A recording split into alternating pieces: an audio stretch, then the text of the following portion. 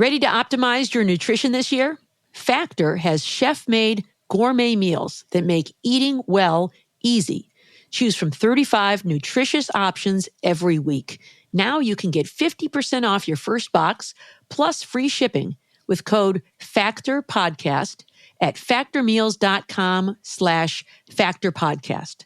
The link is in our show notes.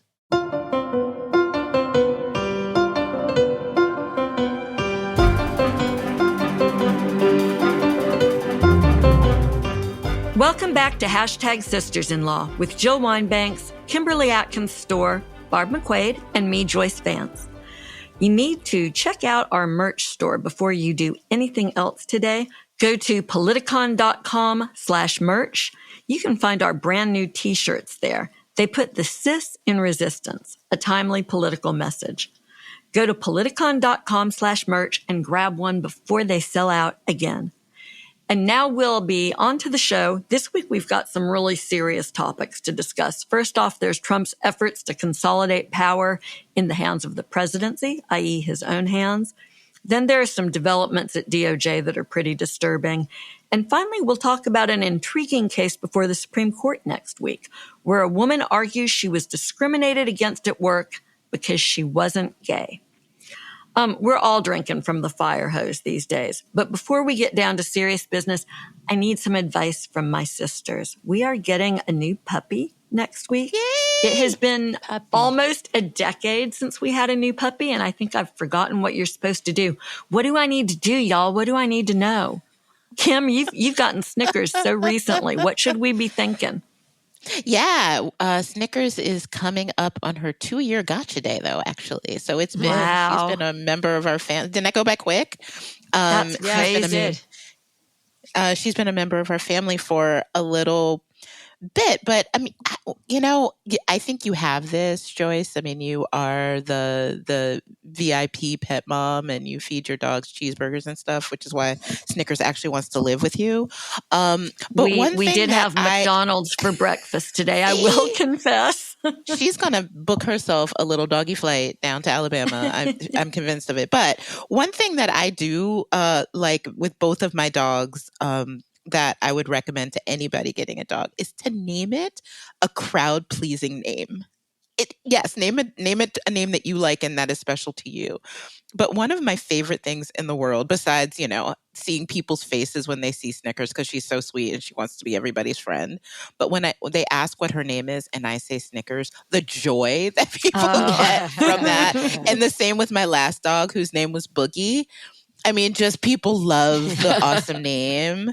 And so it's up to you, but a crowd-pleasing name will be really fun for you every time somebody meets your new pup.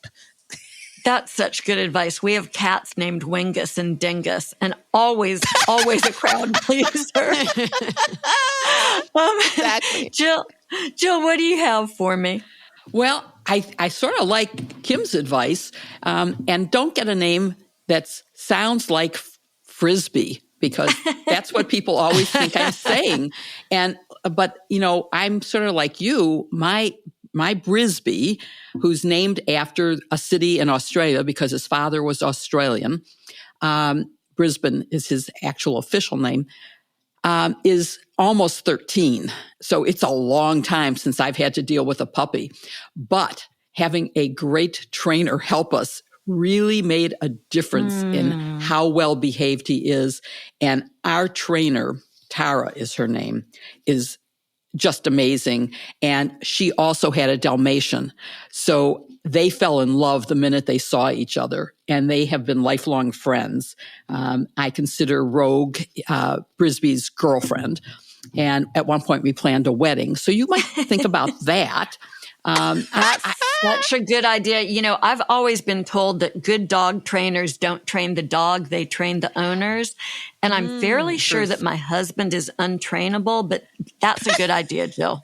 Yes, and I agree with you that the first dog that we ever trained, I went to the trainer, and Michael didn't. And of course, he doesn't obey any of the rules that we were taught, but he did come with Brisbee, and he's well, he still feeds Brisby from the table. That's a bad thing. And Brisby sits there drooling, waiting till he gets fed. I know. You don't terrible. feed Brisby off of a fork at the dinner table? I mean, Bella is fork trained.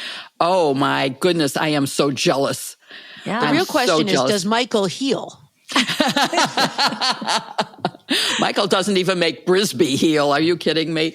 Okay, Barb, you're the non-dog owner in the room, but you have seen people with dogs. What tips do you have based on what you've seen other folks do? Yeah, our family has not been blessed with any puppies, I'm sorry to say, because I do love them so much. And we have wonderful neighborhood dogs that I really enjoy spending time with. We even have a law school dog who is a therapy or a it is a service dog named Loot, and Loot is the great idea. most beautiful dog. But I do have one piece of advice for you. It's really more of a pet peeve. Let dogs be dogs. Don't dress them up in like little human clothing, like a little tiara or a tutu or something. Oh, it's so undignified for the dog. Let the dog be a dog. That's my advice. I'm sorry. One of the worst pictures I have of Brisby, I put a bow tie on him, and he was so outraged. I cannot tell you how I'm much here to defend Brisby on that. I know and then we tried putting a graduation cap on from his doggy obedience training, and it was on for about half a second, and he was like, "I'm not having any of this." Yeah. Well, this is a second German Shepherd for us, and Bella, our German Shepherd, is so big that you almost can't even find a winter jacket that fits her. I've got one, but it's sort of a tight squeeze. So I don't think you have to worry too much about that, Barb, although I am intrigued by the idea of a doggy tiara now.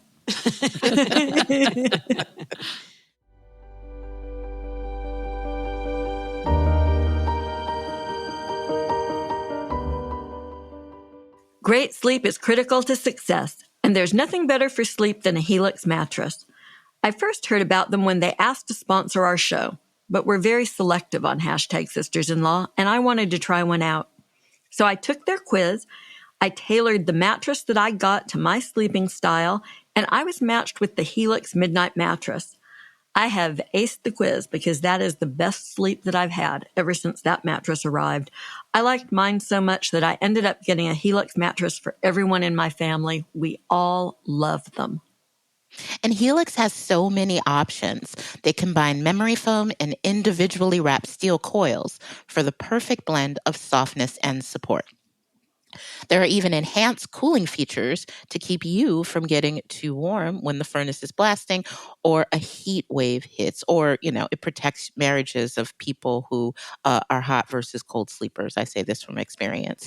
Both are frequent occurrences with climate change. There's also that. So I'm definitely glad Helix has this feature. I'm impressed that Helix has been part of my #Sisters sleep habits for almost 2 years now. Making the switch is such an upgrade. Since then, we've heard so many stories of people seeing transformational improvements in the quality of their sleep on their wearable devices, thanks to their Helix mattresses. Add that to the quick and simple setup and no-fuss trial policy, and upgrading to a Helix is an easy choice. And better yet, right now, Helix has an incredible deal for our listeners. Go to helixsleep.com/sisters for 27% off site-wide.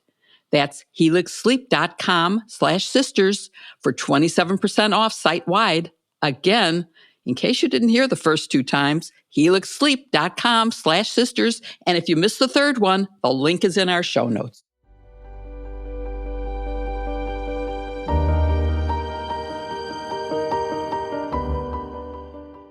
Every week, we analyze the most important legal news of the week and put it in context to help you know what it all means. This week, I think looking at many of the disparate things that may be alarming you through the lens of the president's powers under Article 2 of the Constitution, as well as limits on the powers that are put on him because of the powers given away in Articles 1 and 3, may help us understand much of what's happened in the first month of Trump 2.0, including some pending cases. Barb, let's start with, what does Article 2 give to the president? And can he delegate any of that power to Musk? So an excellent choice of topics, Jill. So Article 1, of course, talks about the legislative branch and the powers of Congress. Article 2 is about the powers of the president. And then there's Article 3, which talks about the court. One of the things that Donald Trump is very fond of saying is that he can do anything because of Article 2, to suggest that somehow that gives him unlimited powers. But of course, it doesn't. It is limited. It's got a bunch of little stuff about, receiving ambassadors and things like that. But the gist of Article 2 is that the executive power shall be vested in a president of the United States. That's one. And of course, executive power means the power to execute the laws that are passed by Congress. So it is carrying out those laws. Another one is that the president is the commander-in-chief of the armed forces. So certainly when it comes to military and deciding whether to, send missiles, and defend our country, that comes under the president's purview, although the power to declare war still remains with Congress. But most importantly, I think the one that tempers all of that is the clause that says the president shall take care that the laws be faithfully executed. And so that means he's supposed to see what Congress has passed, and then he is supposed to do his best to honor those statutes. And so when he runs roughshod over these acts of Congress, when he fails to give congressional notice, when he wants to terminate someone, or when he fails to provide the procedural protections to civil servants as enacted by acts of Congress, he is not taking care that the laws be faithfully executed. So I think really important to remember those parameters when he makes these pronouncements about, long live the king and other things like that.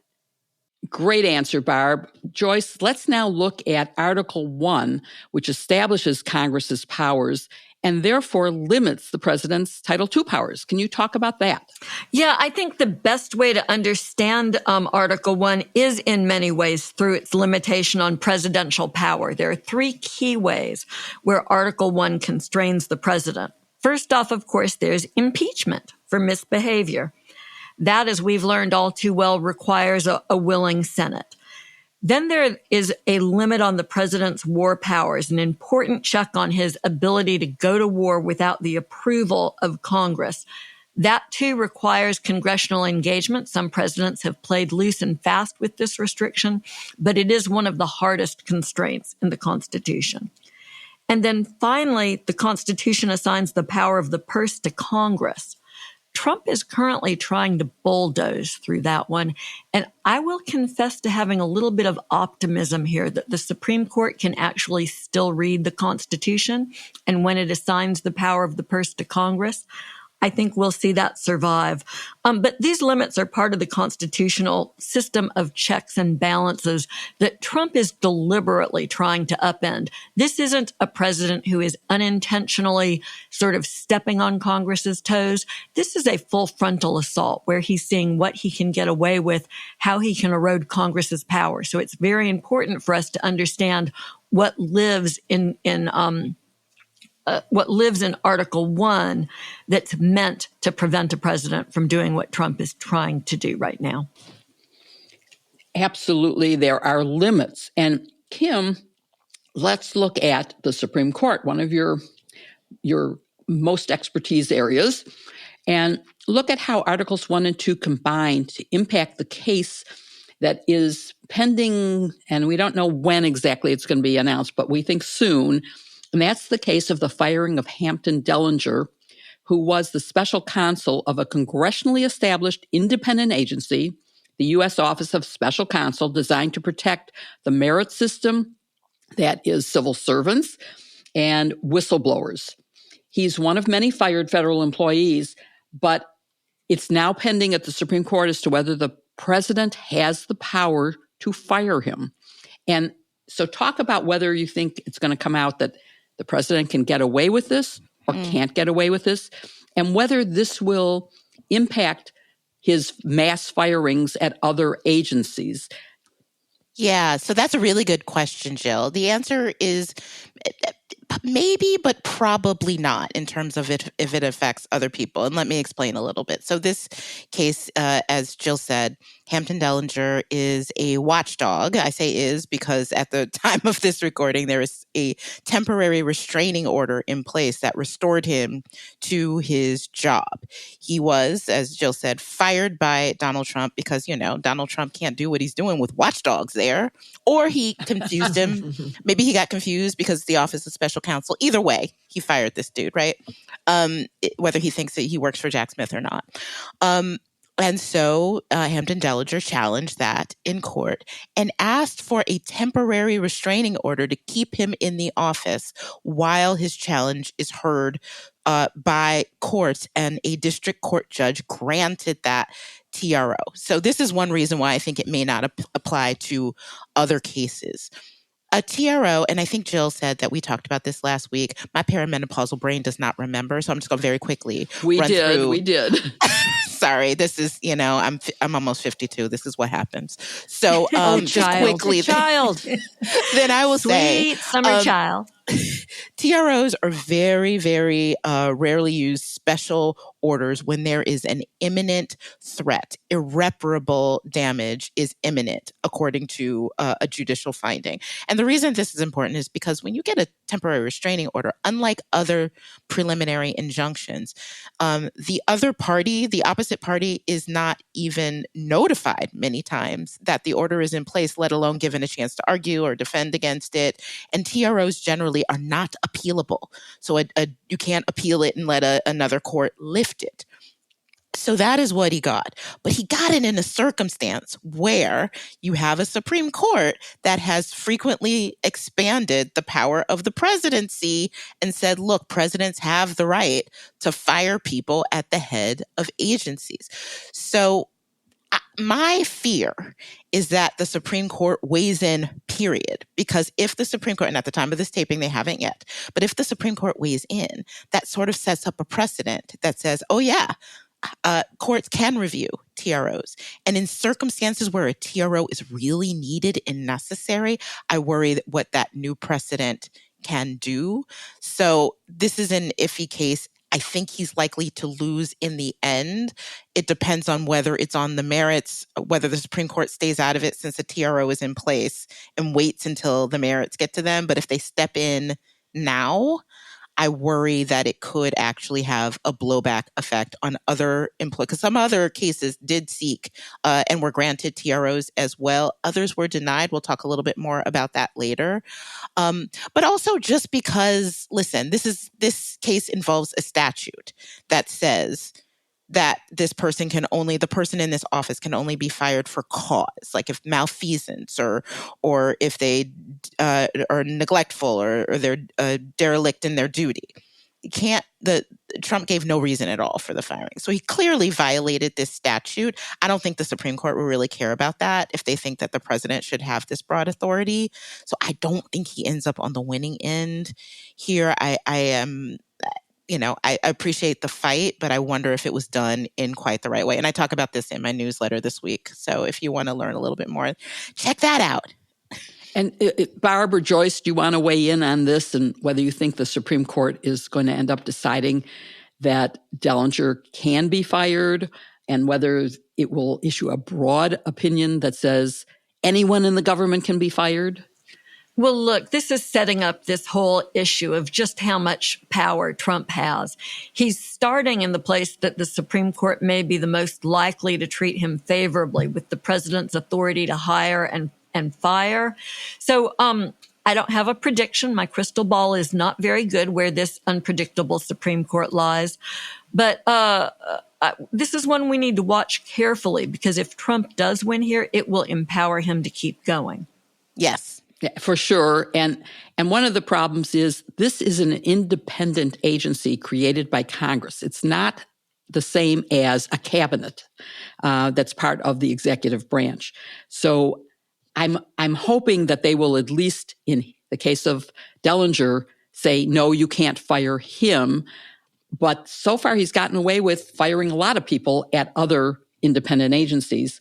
Barb, anything else that you want to add to this? I would just say this is really going to test this independent unitary executive theory that many conservatives have advocated. Chief Justice John Roberts has shown himself to be sympathetic to this view. Justice Brett Kavanaugh has shown himself to share this view. And that is, we talked about the vesting clause of Article 2 that vests the executive power in a president of the United States. And it has been written, I think, by Justice Scalia that vesting the executive power vests all of the executive power. And so that means the president is in charge of everything in the executive branch, and there is no such thing as an independent agency. Congress cannot take away power granted to the president by the Constitution under this theory. And so he gets to do whatever he wants to do within the executive branch. We'll see about that, but that's the theory. Boy, Barb, you're really scaring me, and I bet many of our listeners. But let me ask you a sort of follow-up question is, what can the courts under their Title III powers do? How can they limit Trump? Are they likely to limit him? So far, the lower courts have at least temporarily stopped him or slowed him down. What do you think? Well, Article 3 says it's the courts are created, and in the very famous early case in our history, the Supreme Court in Marbury versus Madison said it is the role of the courts to say what the law is. So Congress writes the laws, but of course, in the real world, the facts don't always match up neatly with exactly what the law says. And so there's a lot of gray area in the law, and that's where the courts come in. So the courts can't just say what you're doing is illegal, Donald Trump, we strike it down. They have to wait for a case or controversy, that's the language, to come before them. So it requires somebody to file a lawsuit and challenge some executive act and say it is in violation of some federal statute. And that's what we're seeing. And as we've pointed out, there have been a number of court orders issuing these temporary restraining orders and saying that it appears that the plaintiffs will succeed on the merits and that there will be this irreparable harm, but they're going to take a little more time now to work their way through these things. This, unitary executive theory, I think, could ultimately go to the Supreme Court, and we may see the president expand his powers with regard to the executive branch. But we know it's not unlimited. There is a famous case that everybody studies in constitutional law called Youngstown Steel. It's from the Korean War era, where President Truman tried to seize steel plants in Youngstown, Ohio, during the Korean War when workers went on strike. And the worry was that in the interest of national security, we needed to be able to produce steel. And so he tried to seize the steel plants during the Korean War. And the court struck that down because it was in direct contravention to a federal statute, the Labor Management Relations Act. And they said that when Congress, has spoken in conflict with the president's action, the president's power is at its lowest ebb. So there's a lot of gray area where there's overlapping power between Congress and the president. But we know from that case it's not unlimited. I think the only question will be where the courts decide to draw the line. And I'm sure we'll see a lot of differences of opinion at the lower courts. Some of these will rise up to the Supreme Court, and that's where I think Trump is really trying to expand his power to the maximum with all of these test cases. And speaking of test cases, Kim, you wrote a great piece in the Boston Globe that we'll put in the show notes about a case that sort of surprised a lot of people, that Judge Chutkan, who has been a very strong and brilliant judge in the Jack Smith election interference case in D.C., where everybody sort of expect her to stop the challenged action, and she didn't. But you thought that she actually might be helping the plaintiffs by denying a TRO, which is, we've already discussed what a TRO is. But talk about that particular case and why you think it could help. So this is one of the big money cases, which is a challenge to Elon Musk, the authority of Doge, and the actions that have been taken, including all the mass firings and the freezing of assets. This is sort of, if any of these cases sort of represented a big, slice of this whole shebang, it's this case. And it is in Judge Chutkan's courtroom. She is, of course, a veteran when it comes to legal challenges involving Trump world. And the challengers asked for a temporary restraining order. And look, I get it. Elon Musk is getting access to all kinds of Americans' data. It's extremely dangerous. And I know they want quick action. But Judge Chutkan turned down the request. She denied the request, and she went through very carefully through the standards that are required for a TRO. Like I said, they're very high because they're not reviewable and because they can be issued in absence of the opposing party. And she said that the challengers did not make a showing, the high showing of immediate irreparable harm that is necessary to grant that. Now, what I think she's doing is being careful to protect a case that is in her courtroom. These parties can seek a temporary restraining order. Yes, that will take longer. Yes, that will require hearings be held and both sides be heard. And it will allow Judge Chutkan to make a ruling and be careful with it, and knowing that it can be appealable, and try to make sure that she crosses all her T's and dots all her I's. So the likelihood that the DC Circuit on review will uphold her ruling before it goes to the Supreme Court, which is where it's headed, and not sort of get tripped up in this TRO aspect the way that Dellinger might. I think that was a smart move to protect this case. I know people want action now. I know people want to be careful, but sometimes in the practice of law, I write about this in a lesson that I learned in law school in a moot court competition. I let a weak part of the case go in order to focus on the stronger parts that protected the case, and that helped me win. That's one of the early lessons that I had as a litigator, and I think that's what Chutkan is doing here. She's following every letter very closely to make sure that there is very little that can be picked apart about her ruling, and that whatever she rules will stand and be upheld on the next level. So I actually think that was a very smart move. I know it was disappointing to folks, but I actually think it was the right call. Yeah, it was disappointing because there is some danger in allowing this mass action. Certainly. I might have said TRO when I meant preliminary injunction, which allows for parties to be heard and it can be appealable. Not only can preliminary injunctions be appealable, they can be appealable on an interlocutory basis, which means before the end of the case. They can be appealable right away. So I think that's what she was basically saying. Come back with a request for a preliminary injunction and I might hear you.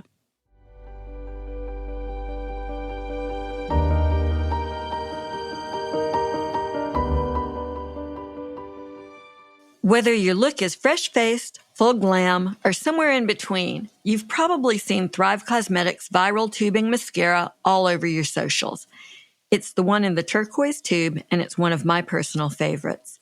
Thrive has a lot of other amazing products that are made with high performance and trademark formulas, clean, skin-loving ingredients, and uncompromising standards. Each one is certified as 100% vegan and cruelty-free, so it's no wonder that their bestsellers have thousands of 5-star reviews. I am in love with Thrive's mascara and its new packaging that is not just the color, but has some glittery stars on it. But I've been a fan for years. I also love their skincare and their brilliant eye brighteners. It's a luxurious eyeshadow highlighter stick that brightens and opens your eyes to give you an instant eye lift. There's nothing better for a fresh, vibrant look. Thrive's foolproof formula makes it extremely easy to apply and blend any of the 27 shades. That's an amazing selection, and you can use as little or as much as you like. Just apply a light shade to the inner corner of your eyes to look well rested, or use it all over your lid as an eyeshadow for a perfect daytime glow. I apply one of my favorite colors on the lid and a slightly darker one in the crease for a very subtle blend. I recommend the Stella and a lot of the other colors too, but you can use also a metallic shade all over your eyelid and blend it with your finger for an easy, smoky eye. Between us, that's my secret for making my eyes pop on camera. Hey, Jill, I have Stella on my lids right now, and I'm winking at you. Oh, good. And it looks great, of course. Another thing we love is that cause is in the name for a reason. Thrive not only defines luxury beauty with their clean, skin-loving ingredients and uncompromising standards, but they give back too. Every purchase supports organizations helping communities thrive. Thrive donates to 8 major causes, including the fight against cancer and domestic abuse, veteran and education organizations, and more. So I'm so glad to be a part of it, and all of the sisters are. Thrive Causemetics is luxury beauty that gives back. Right now, you can get an exclusive 20% off your first order at thrivecausemetics.com/sisters. That's Thrive Causemetics, CAUSEMETICS.com/sisters for 20% off your first order. The link is in our show notes.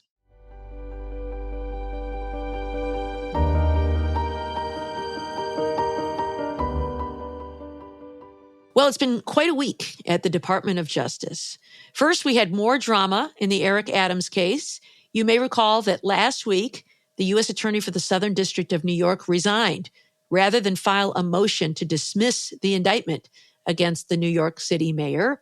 Acting Deputy Attorney General Emile Beauvais, we've now learned how to pronounce his name, it's Beauvais, had directed her to file a motion to dismiss on grounds that the indictment had been both politically motivated and that it would distract the mayor from advancing President Trump's agenda to enforce violent crime and immigration laws. Eventually, Beauvais did find someone to file the motion. And on Tuesday, the court held a hearing on that motion to dismiss the indictment. First, Joyce, can you explain to us the role of the court in dismissing a case in deciding a dismissal motion under Rule 48 of the Rules of Criminal Procedure? Yes, I'm always here for the technical criminal procedure I know it. questions. I live for this stuff. I know you do. So in the federal system, a motion is made pursuant to Federal Rule of Criminal Procedure 48, which is colloquially referred to as a nollie. It's the mechanism prosecutors use to seek leave from court, which they must have to dismiss an indicted criminal case. So the standard a judge is supposed to use for deciding a motion like this is actually, Judge Ho references it in his order. It's very clear. He wrote, the exercise of the court's discretion, with respect to the termination of pending prosecutions should not be judicially disturbed unless clearly contrary to manifest public interest. So he'll have to answer that question in order to rule. Yeah, thanks. Because there's this separation of powers that prosecutors get to decide which cases to bring and which charges to file. But they do have to get permission from the court before they can dismiss a case. And as you said, there is a role for the court here. So in light of that, Kim, the judge did hold a hearing on Tuesday, Judge Dale Ho in the Southern District of New York. And today, Friday, he appointed an amicus, Paul Clement. Can you please explain to us what an amicus is and tell us about Paul Clement? Yeah, so this friend of the court appointment at the trial level is a little different than what we've talked about in the past about amicus briefs in an appeal case. Basically, what this means is since neither Eric Adams nor the Justice Department is defending moving forward with this prosecution, what Judge Ho did was say, okay, we will have another party come in to argue that side, to argue that position, not representing either side, but just basically presenting to the court the arguments in favor of moving forward with a prosecution and denying this motion to dismiss. And I think it was a stroke of genius that he chose Paul Clement, because Paul Clement is not only an esteemed and highly experienced litigator. He's argued, I don't know how many cases before the Supreme Court, more than I could count just in the time that I covered it. But he also was a member of the U.S. Solicitor General's office under a Republican president. So you cannot say that he is politically motivated in an effort to save Eric Adams. Not at all. But he's a good litigator, and he will take this case seriously. He's mostly argued on behalf of more conservative causes, but on occasion, he has argued in ways that might be ideologically surprising. So he can do this. I'm sure he and Dale Ho know each other pretty well because they've been on the other side of each other in litigation, frankly, quite often. So I think that this was a brilliant move, an important one, so that the the record is clear. I think it's very unlikely that this prosecution goes forward no matter what happens. But I think that Judge Ho making sure that this is fully vetted before the court and therefore before the citizens of New York is a really, really smart move. Yeah. So, Jill, what can we expect to happen next? Like, what's Paul Clement going to do here? What's the scope of his authority? And what do you think is going to happen? So, first of all, let's put it in context and look at the fact that this is not the first time this has happened. There was, in the Michael Flynn case in D.C., a person assigned to represent the public interest. I find it sad that the Department of Justice no longer represents the public interest. But the judge said, in order for me to decide whether to dismiss this case, I need to hear the argument against it. And no one's willing to do that. So he appointed someone who ended up issuing a report that was so scathing that it said that the dismissal was political and corrupt. And so what happened? He got pardoned. Flynn got pardoned by Trump so that nothing ever came of that. But at least the public was informed about what was going on. So in this case, Clement could issue a report. He could, in that report, debunk some of the arguments the prosecution is making. And he could, of course, stress that this is something that even the interim U.S. attorney appointed by Donald Trump is unwilling to dismiss the case, and that not even the Department of Justice is claiming that the dismissal is based on law or facts. In fact, they openly said it was for political purposes because they want Adams to help Donald Trump's agenda. So that's what you can expect in a report from him. And of course, it could be short-circuited again by Trump pardoning. That is something that's within his power. The judge, by the way, can refuse to grant the dismissal. And the thing is, if it does, there's still going to not be a prosecution because the judge cannot appoint someone to prosecute. And it's clear the Department of Justice won't do it. So if you can't have an independent prosecutor appointed, there's never going to be a case. And eventually the case will be dismissed for non-prosecution. So it's sort of a hopeless kind of thing. Now, Judge Sirica did something a little different than just getting a report.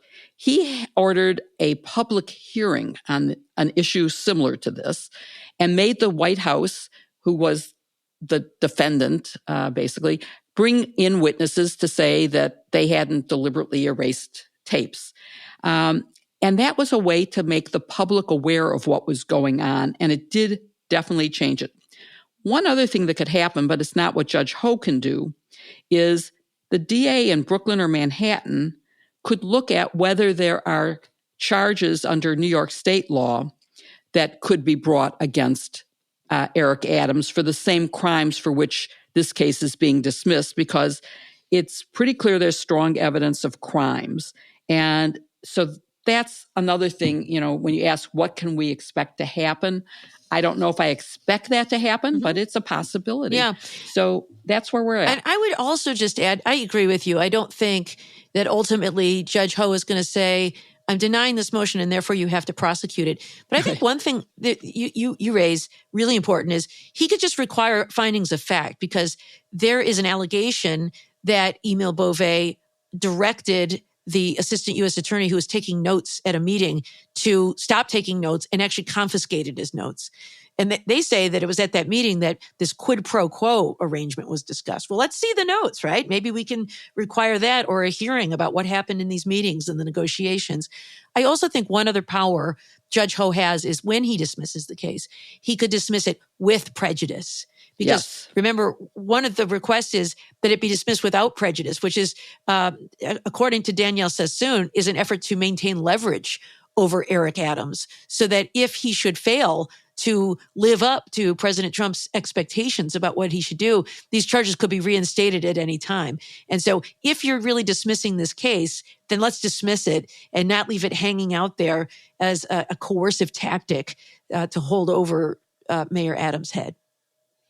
Well, let me move on to another topic occurring this week, at the Justice Department. President Trump this week nominated the interim U.S. Attorney in the District of Columbia, Ed Martin, to be the permanent U.S. Attorney there. Joyce, let me ask you about Ed Martin. He has been serving as the interim U.S. Attorney since Trump took office in January. What do we know about his background? Well, Martin is from that bastion of liberalism, Missouri. Just kidding. He has close ties to Phyllis Schlafly's organizations. She was the ultra-conservative founder of the far-right Eagle Forum. That's where the Eagle in his Twitter moniker comes from, Eagle Ed Martin. He's had a number of unsuccessful political runs of his own. He has been involved in Republican Party politics, and his work for the Trump administration is very interesting. He had a real change in fortunes. Originally, Trump had announced his intention to nominate Martin for the relatively modest position of Chief of Staff at the Office of Management and Budget. I mean, that's an important position. That's one of the places where they're implementing Project 2025. But apparently Martin had other ideas, and he surfaced. Trump appointed him in January as the interim U.S. Attorney in the District of Columbia. He's now managed to parlay that into an appointment for the permanent position. And what's so interesting about that is that he will be the first U.S. Attorney in the District of Columbia in at least 50 years who has no experience as either a judge or a prosecutor. And you really see that, I think, Barb, in some of the behavior that you want to talk about in this section. Yeah. I think about the people who were U.S. attorneys with us in the Obama administration, Joyce, and, all of us had been former AUSAs, former state court prosecutors, mostly quite apolitical. And to see someone like this come in is really just a stark change. Certainly, President Trump is permitted to put his choices into these positions, but when you think about the demands of the job, you would want to have, I would think, someone in there who has, done the job of being a prosecutor in the past if you're going to lead an office of prosecutors. But perhaps President Trump does have his prerogative to choose the person that he wants. Well, this week in that office, the U.S. Attorney's Office in the District of Columbia, Kim, we saw the chief of the criminal division resign rather than carry out an order given to her by Ed Martin, criminal chief Denise Chung. What do we know about this incident? Yeah, well, first of all, as a Missourian by marriage, I have to say it's not everybody. Defend okay, My mama was born in Missouri. She was born in St. Louis. So are you going to claim Missouri as one of your home states too, Joyce? No, not me, but Mama was born there and lived there when she was little. Well, I'm totally claiming Missouri as one of my states because, that's where the stores in my store name come from. So yes, the head of the criminal division in D.C., Denise Chung, she did obey the demand from Martin to ask banks to claw back money that was given out as part of President Biden's climate grants. So there were billions of dollars in grants that were meant to aid climate. And what the U.S. Attorney's Office was trying to do was to stop those funds and even go farther to actually pull those funds out of banks where they were sitting. So she did send a letter requesting those banks to do that. But then when he ordered her to try to get an order requiring banks to claw back that money, she was like, yeah, you know what? No, that's not what my job is. And I am not going to do that. So she is one person, clearly not a liberal by any means, although, as you all pointed out, that's not supposed to matter in the U.S. Attorney's Office. But it was just beyond what she thought her job was. And so she stood up like a patriot and stepped down from her own office in that endeavor. And listen, I know people like to cheer when people resign, and when they do it on principle like this, I do think that people should be admired for that. But I also think it's important to mourn the fact that we had people of high moral standards and values and who believed in protecting the rule of law in that place. So every loss of that is a loss for us all, but it's better for them in instances like this to step down and refuse than to capitulate. So it's a tough situation, but I give her my respect. Last Friday, all of the former U.S. attorneys, with rare exception from the Southern District of New York, actually sent a letter of support to Danielle Sassoon, the U.S. attorney who resigned, saying that they appreciated her standing up for the rule of law. And then, of course, Jill and Joyce and I signed on to another letter of former Department of Justice lawyers who shared the same sentiments. So this resignation is a very honorable thing. And it's not a small deal. People who have these jobs love these jobs. They work hard to earn these jobs. And to become the criminal chief in a U.S. attorney's office like the District of Columbia is no small achievement. And it is incredible privilege and responsibility. So to give that up is a really big deal. And Jill, I wanted to ask you about that idea of resignations, because you certainly saw what happened in Watergate during the Saturday Night Massacre when the Attorney General and the Deputy Attorney General resigned. I've been getting asked this question a lot, like, well, why resign? Why not just stay and defy the order? Isn't that better than resigning? Why give them the satisfaction of resigning? What's your view on resignations versus some other course of action? It's such a good question. And I have two different opinions. One, and this goes back to Watergate, where when Cox was fired, we debated whether we should all resign in protest. And Cox wisely said, as long as you can do your job, don't give Nixon the satisfaction of leaving. You know the case, you know the evidence, and he will get what he wants if you leave. So we did not resign, and it turned out we had actually been sort of fired. We had been transferred back to the Department of Justice, but public pressure led to the reversal of that, and we were recreated as a independent office. And so it is a good thing we stayed. I think things are way worse this time round, where people are being asked to do illegal things and not allowed to do their jobs. My advice is that everyone should stay as long as they can do their job, because otherwise they will be replaced by MAGA loyalists who will do whatever Donald Trump even hints he wants done. And we don't want that to happen. And then if you are asked, and in the situation that Danielle Sassoon was, you can publicly resign and let people know. And those things will mount up. We're now seeing public opinion of Donald Trump sinking. He is really in a negative position because information is coming out about what his actions mean for individual people.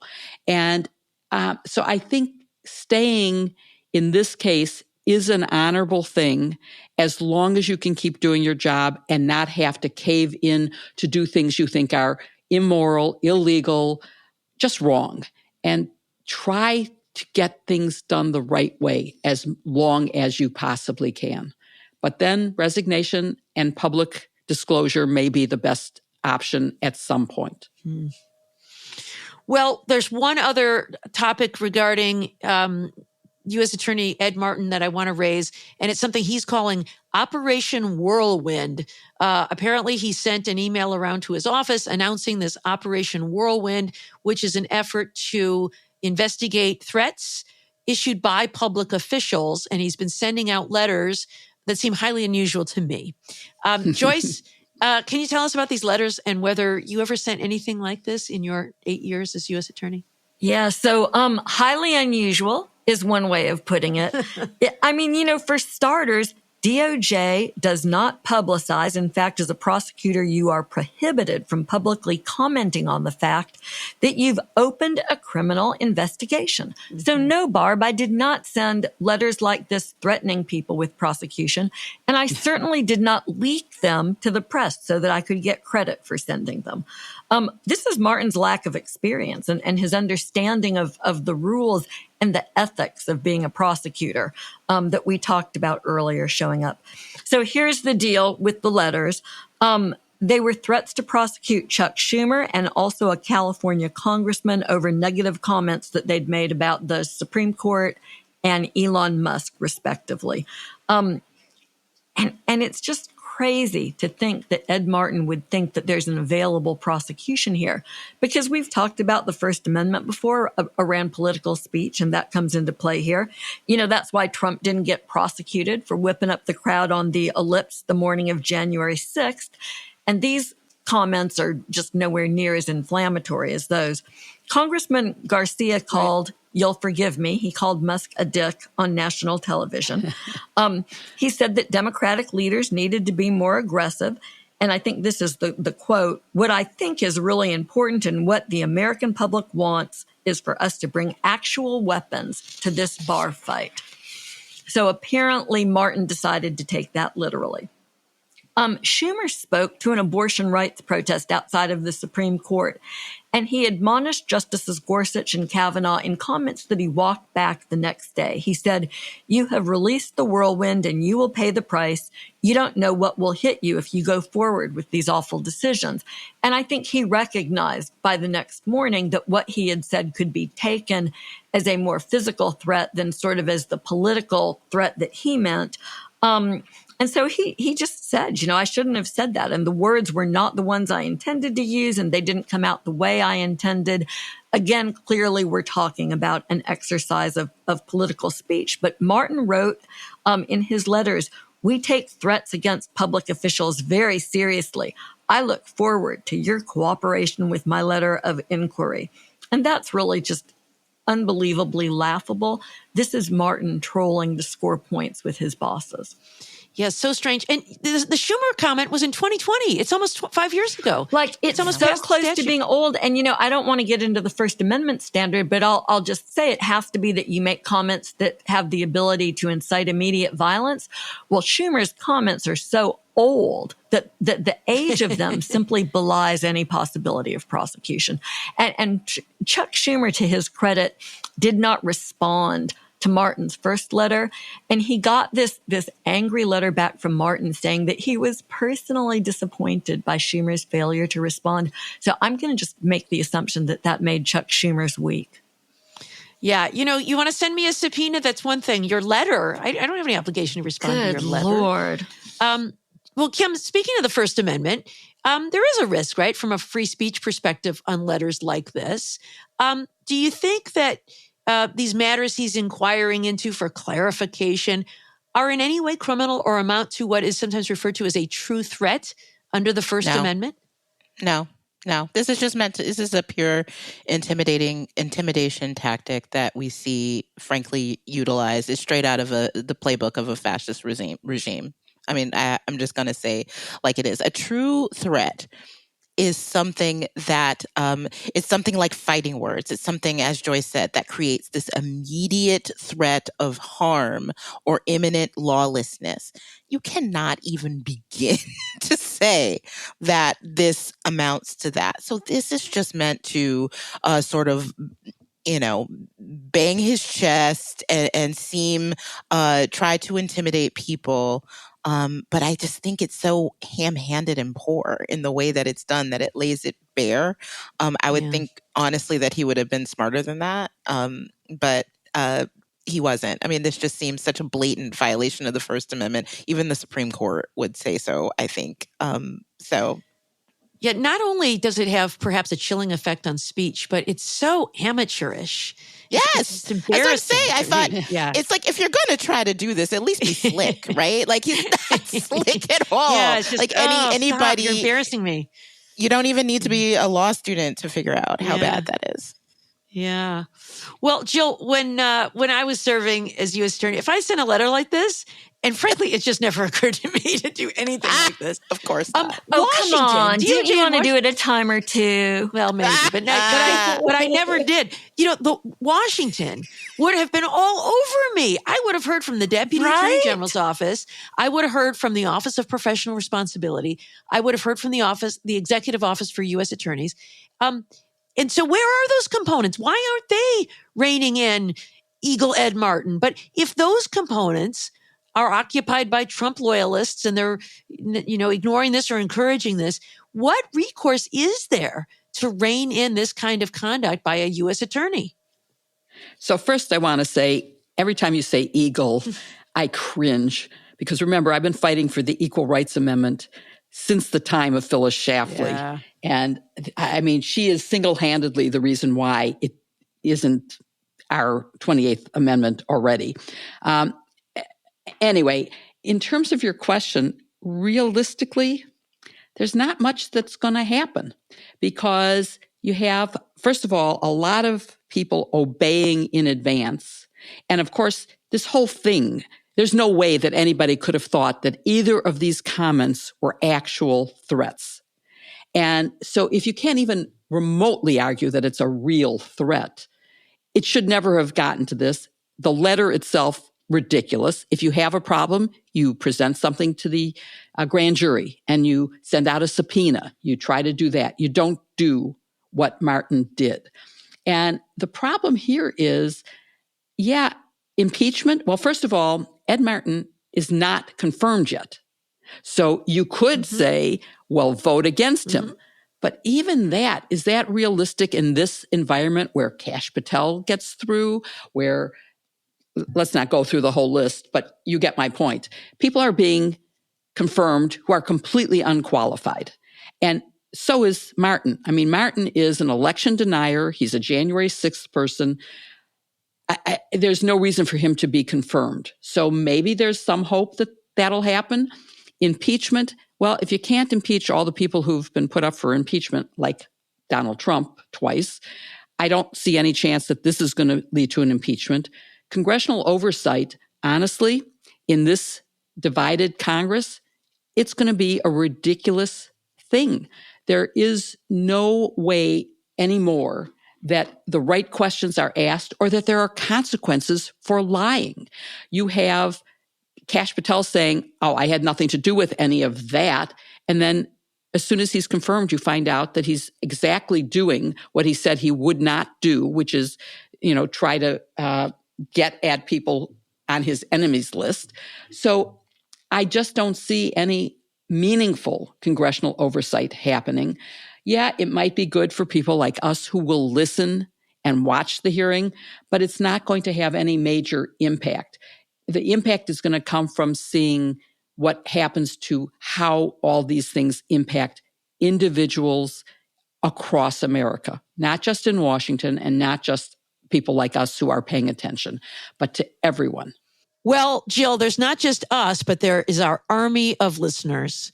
And so Yes. I hope all of us will reach out to our members of Congress and share our views because we do have power.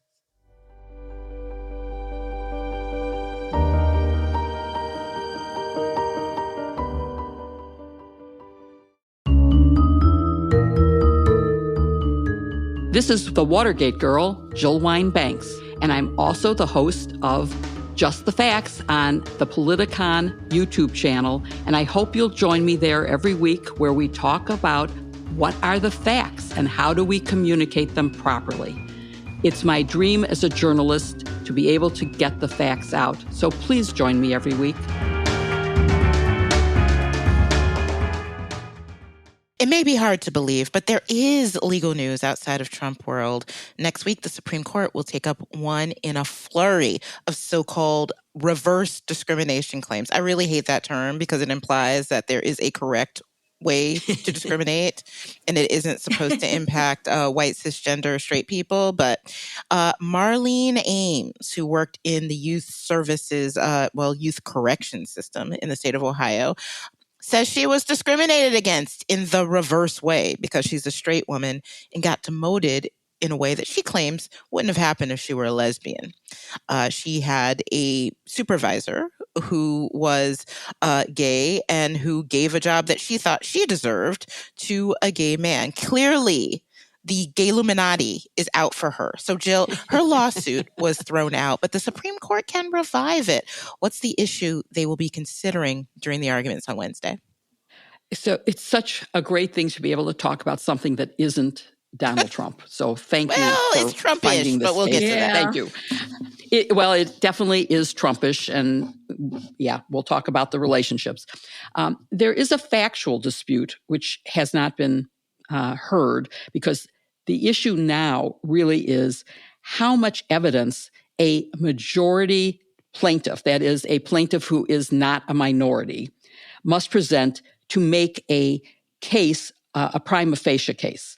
And her argument is that she, as a majority member, has to present more evidence than someone who is a minority plaintiff. And that's the issue that they will be hearing. The thing is that she has to show basically that there is a background circumstance that shows that her employer is one of the very few in the whole world that would discriminate against a majority member. And I don't think she's going to be able to do that, which is why she needs a lower standard. And the reason she won't is because the people who had the decision power were both straight men. They were not members of the gay community that she says is discriminating against her. So, Barb, the circuits are split as to what standard to apply to claims of discrimination that are made by members of majority groups as opposed to people in what we call protected classes, people who have suffered discrimination more historically. So is this why you think that the Supreme Court even granted this case and heard it? Or do you think they might have an outcome in mind that they want to deliver in this case, sort of like the way they rolled it back, the ability to make race-based voting rights claims, or the way they struck down affirmative action in college? What do you think is happening here? Yeah. Well, I think they're teeing this up. I mean, one of the things that's important for our listeners to remember is that the Supreme Court chooses its cases. Now, unlike lower courts where they have to take everything that comes their way, they're not picking. It's just like the case landed in their lap and they're going to decide it. The Supreme Court picks and chooses which cases it's going to hear. So they're not picking this case just to say we're leaving the standard alone or, sending it back. They are choosing this case because they want to make it clear what the standard is. So what are they likely to make that standard? Well, think about Chief Justice Roberts, and the trend of this court has been all about making it more difficult for underrepresented groups to make out claims and to achieve justice under the law. So I'm reminded of the phrase. Remember, Chief Justice Roberts has said, like, he doesn't like tautologies, but then he also has said, if you want to stop discriminating, the best way to stop discrimination is to stop discriminating. I think what he is going to say here is that everybody should be subject to the same standard, and we shouldn't make it more difficult to prove these so-called reverse discrimination cases than it is to prove a discrimination case. And so we're going to treat everybody equally from now on, the end. And of course, I think that's not going to lead to more equality, but perhaps less. So, Joyce, I said this wasn't a Trump topic, but it kind of is, right? Because there has been in the federal executive branch's policies so far in these last weeks, there is a certain theme of white supremacy that runs through it. Do you think getting the Supreme Court to essentially eliminate the protected classes standards is part and parcel of that? Do you see this sort of as a piece of a bigger movement? Yeah, I mean, I think I do. And I think that you've identified exactly the reason for bringing this case. Look, this is a really silly case when you look at the facts and when you think about what her claims are. And the fact that it's made it all the way to the United States Supreme Court suggests that there's something else here at work. So the case really does scare me for exactly the reasons that you suggest. And we're seeing all of these efforts in courts to pretend, and in executive orders too, to your point about this really being a Trump question, to pretend that discrimination never happens, at least not for marginalized groups. And also the argument that's implicit in a case like this is to sort of laugh at the protections that exist for marginalized groups, people who experience discrimination, and to sort of try to make light of it. So, Jill had flagged for us another case along this same vein earlier this week, and I think it's really telling here. It's a real highlight in my week. This is this hearing over the military's move to end the use of the pronoun they, or permitting people to choose a pronoun other than the one assigned to them at birth if they choose to. And the lawyer for the government is making the argument in that case. They're in court in a hearing, and the lawyer is arguing that if people can select a different pronoun from the one that they were born bearing, that somehow this affects military readiness across our armed forces. And the judge just isn't having any of it. And she calls the argument ridiculous. She says it doesn't impact military readiness. And this is, I think, the money shot. She says, any common sense, rational human being understands that it doesn't. I think that's the same reaction that I have to the plaintiff's claims in this case, that she didn't get a job because she wasn't gay. And I hope that a majority of the Supreme Court will channel that fabulous energy from the transgender hearing. Yeah, I hope they do too. But well, I'll just say we'll keep Not following optimistic? this case. No, Kim, can I just add something? Because I think, to follow up on something Barb said and something Joyce said, I think that the court may rule that it has to be the same standard, because that was in fact what the Biden administration argued when the case was first brought. Yeah. It was the former Solicitor General filed a brief in favor of her, saying that the standard should be the same for majority and minority. And the truth is, she's going to lose on the merits regardless of what the standard is. And so it's sort of in the end may not matter. And then in terms of what Joyce was saying, when I was general counsel of the Army, they were arguing that if we let women into the units, unit cohesion would be destroyed and they couldn't have a good fighting force. And we're back to that again. I mean, I thought we had overcome this nonsense, and this is nonsense when you talk about pronouns. Who cares if someone says they instead of he or she? If that's what they want to be called, I'm happy with that. I personally don't think it's a great political issue and it hurt the Democrats, but I think morally it is the correct thing, is we call people what they want to be called.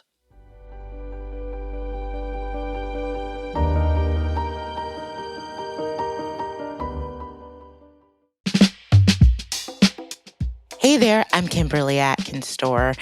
With the new administration, a lot will be changing, and it's a lot for us to learn about. If you want to learn about the 14th Amendment and what that means for things like birthright citizenship, please listen to my podcast, Justice by Design. The link is in the show notes. And this week and every week, we are breaking down solutions and answering questions that you may have about how the world works in 2025 and beyond. You can find it wherever you get your podcasts, and it's linked in the show notes.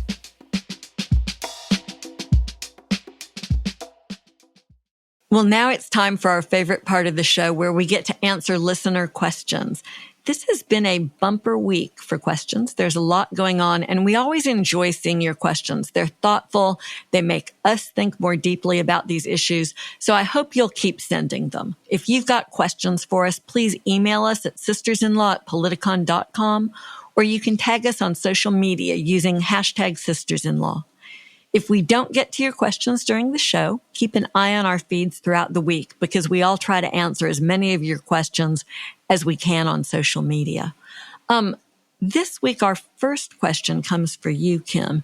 It's from Anna Marie in Vermont, and she asks, is there a mechanism to get the Supreme Court to reverse its decision on presidential immunity?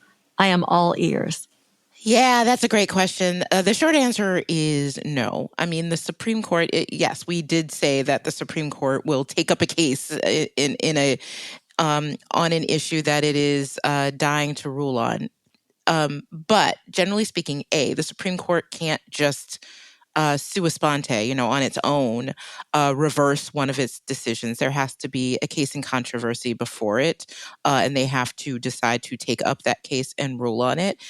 That's point A, the standard answer to this question. And point B, no, the Supreme Court just issued this opinion, and all the reporting around it was that there was a strong 6-person majority in favor of this opinion. This was not like, some other cases in the past where they had to sort of negotiate their way to a compromise at the end. This is what the Supreme Court believes. So there is 0 to no chance that any reversal on that is imminent, not with this particular court. Well, that was a cheery answer. Thanks, Kim. Sorry. Can I add something cheerier, which is there is a possibility that as specific actions are brought before the court, that they will define what is a core responsibility and what is an official act in a way that will make it clear that they didn't mean that he could just be a king and ignore the law. But also, Jill, they can expand what official acts are too. Like anything more that they say on this, I think is going to be bad. So I really would love for them to stay out at this point. I mean, here's the pragmatic point too, which is that they only answer those questions and refine the opinion if there are more indictments of Donald Trump that come in front of them, which is not happening for the next 4 years. No. I always thought, given how this opinion was written, that they might do just what Jill suggested and tighten up the definition of what was an official act if Trump had lost the election. But now that he's won, I think you're dead on the money, Kim. This is a dead letter. We've got a question from Julia. And Jill, I'm wondering if you might take this one on with your experience with the ABA. She asks, is it possible for bar associations to start disbarment proceedings against Emil Bove and Pam Bondi for their actions in the Eric Adams quid pro quo deals? So I'm going to suggest that there may be other possible people to look at for disbarment. But first, let me clarify, the ABA does not get involved in disbarment proceedings. That's a state bar issue. And in order for the state bar to get involved, it would have to be something in court. So, for example, Emil Bove, if he lied in his testimony on what his reasons for asking for the dismissal of the Adams case is, well, that could get him in trouble for that and could lead to, as it did with Rudy Giuliani, that he lied in court documents. So he got disbarred. Pam Bondi so far hasn't filed anything in court. She may be lying to Congress. She may be lying to the public, but she hasn't done anything that would likely lead to a deal. Her role in the Eric Adams case is interestingly silent. Bove is the one who's carrying the water on this. And whether or not a quid pro quo, he's saying, yeah, that's fine. There's nothing wrong with that. I'm entitled to do that. That's what the power of the president is, and I'm just his representative. So I'm not very optimistic on anything happening against him. So, Barb, there's a great question for you from a listener with a fabulous name. Her name is Joyce. And she asks, is it possible for a cabinet appointee to be ousted once confirmed by the Senate? And what would this require? I can think of some people I wouldn't be sad if that happened to. What's the response? Yes, they can be ousted. They would use the impeachment process the same as a president. So they would be impeached by the House. And in fact, we have seen cabinet officials impeached before. You may remember that just last term, Ali Mayorkas, the Secretary of the Department of Homeland Security, was impeached. But after they're impeached by the House, it's the same process. They then have to be convicted by the Senate. So that's, there's the rub. And when you've got, at the moment, we've got, I don't know that we've seen impeachable offenses, but we've certainly got cabinet officials who I let's just say I'm concerned about. To quote the words of Susan Collins, I'm concerned. I'm concerned. If you're going to have to get out your your pearls and clutch them now. If they were to do something that amounts to a high crime or misdemeanor, then the House could impeach and the Senate could convict. And one would hope that members of Congress would put country over party if circumstances required. Well, that's all we've got time for today. Thanks for listening to #Sisters-in-Law with Jill Wine-Banks, Kimberly Atkins-Storr, Barb McQuaid, and me, Joyce Vance. Follow #Sisters-in-Law wherever you listen, and please give us a 5-star review. It really helps others find the show. Show some love to our sponsors for this week, Factor, Helix, and Thrive Causemetics. Their links are in, the show notes. Please support them because they make this podcast possible. See you next week with another episode. #sisters-in-law. I'll send you a picture of Frisbee with a bow tie. I want to see that. Kim, do you make clothes for Snickers ever, or do you just get stuff? I don't. She really does hate clothes. Boogie would tolerate it, but she really does not. Does anybody put on use the coat? boots? No, it that would doesn't never get go. cold enough here, but y'all, Bella is really proud. If you put a jacket on Bella to go outside and tell her she's a good dog, I mean, she digs it. So I've been thinking about making her a sweater. Oh, you should make her a sweater. Yeah, I think I'm going to do that. You're obviously not heeding my advice. Sorry, Barb. You didn't it'll need be a clothes to keep classy her warm. sweater. That's okay to keep her I'll warm. make her like a cashmere sweater, and it'll be very, very sophisticated.